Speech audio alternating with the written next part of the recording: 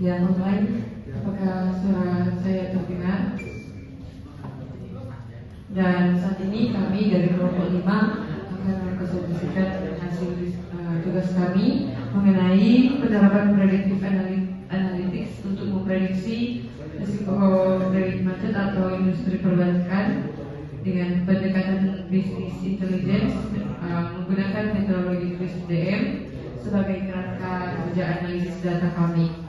Dan keseluruhan ini diarahkan untuk membangun sistem early warning agar bank ini bisa bertindak dan nasabah benar-benar bisa diproses. Selanjutnya untuk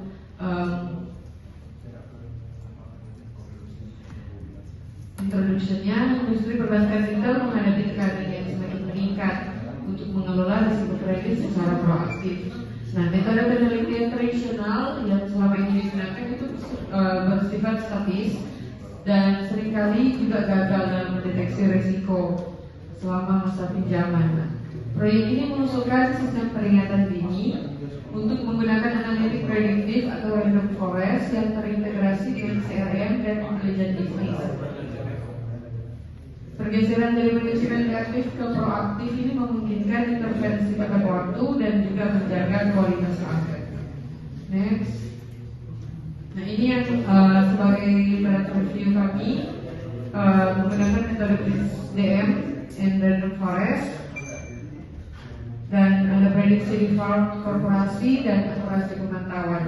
Dari metode CRISP-DM dan random forest menunjukkan bahwa penerapan random forest dalam kerangka kerja sangat efektif untuk perbankan ini dan memprediksi kredit bermasalah dalam landscape perbankan sekarang ini.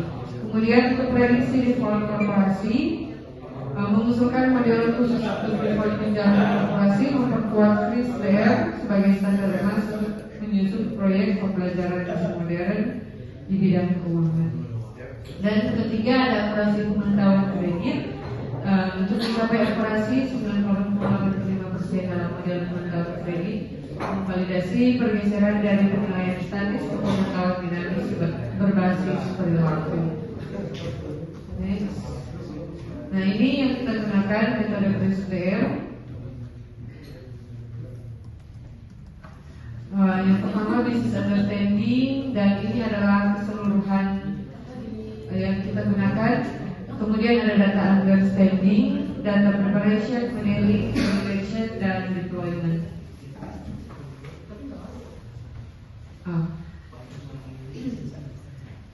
Untuk business understanding yang pertama itu adalah application, assessment, approval and disbursement, and monitoring, kemudian ada default.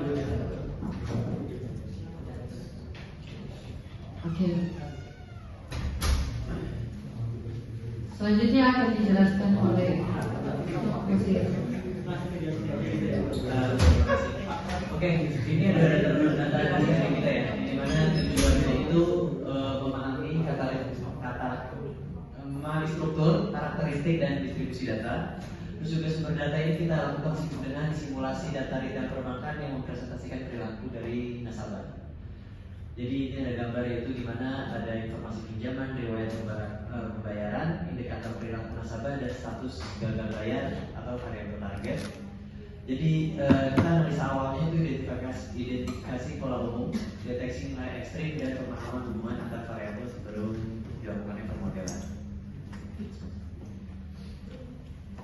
Oke, pengembangan model kita lakukan itu kita menggunakan metode random forest classifier, yang dimana ini adalah metode machine learning ya, yang bekerja dengan cara menggabungkan banyak decision tree untuk menghasilkan satu keputusan klasifikasi yang lebih akurat dan stabil. Kenapa ini yang kita pilih? Yaitu itu mampu menangani data non-linear dan yang kompleks, lalu lebih tahan terhadap overfitting dibanding satu decision tree, lalu cocok untuk kasus klasifikasi risiko kredit yang melibatkan banyak faktor perilaku.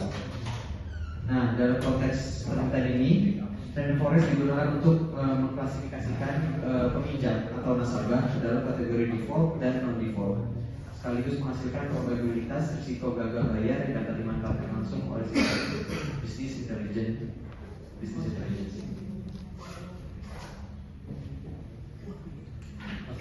Ini adalah implementation yang kita lakukan. Ini adalah source of Python yang kita gunakan untuk membuat sampling sampai kita evaluasi sampai data set simulation sampai kita output business intelligence ya untuk kita deploy. Jadi alur kerjanya seperti ini. Data set simulation ini kita membuat data sintesis yang mencakup profil nasabah, perilaku pembayaran, dan status gagal bayar sebagai dasar analisis. Yang kedua adalah data preparation, yaitu melakukan pembersihan data, pembagian data, atau kita split ya, dan standarisasi itu agar siap diproses model. Selanjutnya modeling, yaitu mengimplementasikan algoritma random forest classifier dengan kita mengambil 200 sampling data ya dari 1000 data yang kita punya. Lalu selanjutnya evaluasi, yaitu mengukur kinerja model menggunakan classification report dan conversion matrix untuk memastikan akurasi prediksi. Lalu selanjutnya output business intelligence, mengekspor hasil prediksi ke format CSV agar dapat divisualisasikan secara interaktif di Power BI. Oke, ini adalah business intelligence dashboard kita yang mudah kita deployment dan menjadi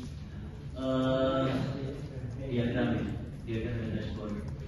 Nah, ini dashboard pertama yaitu distribution of loan default risk. Yaitu ini tujuannya adalah untuk memberikan gambaran awal mengenai profil risiko gagal bayar dari seluruh peminjam yang dianalisis. Visualisasi ini membantu manajemen mengambil posisi risiko portfolio kredit cepat dan intuitif ya. Terus juga dari penjelasan ini mungkin yang belum kelihatan, ini ada low risk yang mana jumlahnya ada 184, medium risk ada 10, dan di high risk ada 6. Memang kalau di sini masih mayoritas yang low risk, tapi dengan high risk 6 pun itu akan menjadi kerugian yang sangat besar ya untuk keseimbangan tabungan dari suatu bank. Lalu selanjutnya untuk dashboard 2 yaitu highest borrower priority, yang dimana ini ada daftar nasabah yang memerlukan intervensi segera atau nasabah-nasabah yang dibutuhkan. Ya, di sini ada borrower ID, yaitu yang kita menggunakan ID, terus sampai ke default risk kategorinya yaitu high risk, yang dimana dari risk ini adalah sebagai untuk mendukung tindakan operasional penagihan sejak dini atau restrukturisasi pinjamannya atau penyesuaian kebijakan kredit akan dibutuhkan oleh bank.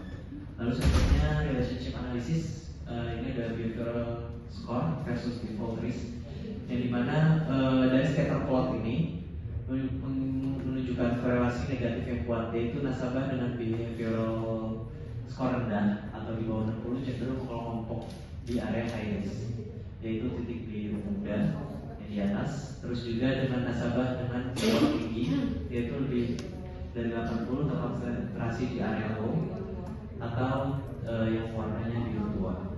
Insight itu validasi behavioral score sebagai predikator kunci. Oke, selanjutnya conclusion dari kita memastikan. Dari simulasi dan kriterianya kami menemukan bahwa significant variablesnya adalah perilaku yang kita define seperti base view, behavioral score, dan riwayat pinjaman terbukti menjadi pembeda utama antara nasabah yang default dan non-default. Kemudian untuk modelnya sendiri, akurasi keseluruhan stabil, namun terdapat tantangan pada kalau kesalahan false negatif memiliki dampak resiko finansial yang lebih besar. Kemudian untuk managerial optimization, yang pertama dari reaksi kuratif, penerapan predictive analytics memungkinkan kali regression learning pergeseran dalam manajemen risiko. Bank dapat melakukan intervensi sebelum gagal bayar terjadi. Dan strategi allocation-nya fokus sumber daya pada segmen risiko yang paling kritis dalam dashboard yang high risk. Karena di dashboard itu kita segera bisa tahu dan memfollow up untuk nasabah yang memiliki karakter high risk untuk meningkatkan efisiensi operasional dan menurunkan tingkat kredit bermasalah. Result limitation-nya di sini datanya digunakan belum sebelumnya merepresentasikan progresivitas operasional yang sesungguhnya karena kita menggunakan simulasi. Kemudian modelnya saat ini belum dengan perubahan perilaku nasabah secara dinamis dari waktu ke waktu, ini masih statis. Kemudian optimasinya yang diperlukan adalah penyesuaian threshold klasifikasi dan penanganan class imbalance untuk meningkatkan sensitivitas dari next research dan developmentnya kita bisa untuk realnya nanti menggunakan real data untuk risetnya, kemudian implementasi modeling yang lebih advance seperti cognitive learning dan analisa time series untuk data dinamis, kemudian real time system untuk integrasi dengan sistem operasional untuk keputusan kredit yang lebih cepat. Di sini penerapan sistem informasi dan prediktif analytics secara terintegrasi merupakan kondisi penting dalam pengelolaan risiko kredit yang berkelanjutan di era data driven. Terima kasih dari kelompok kami. PowerPoint ini di-generate dari AI, jadi mungkin ada typo-nya. Terima kasih. Baik, ya kita berikan applause buat kelompok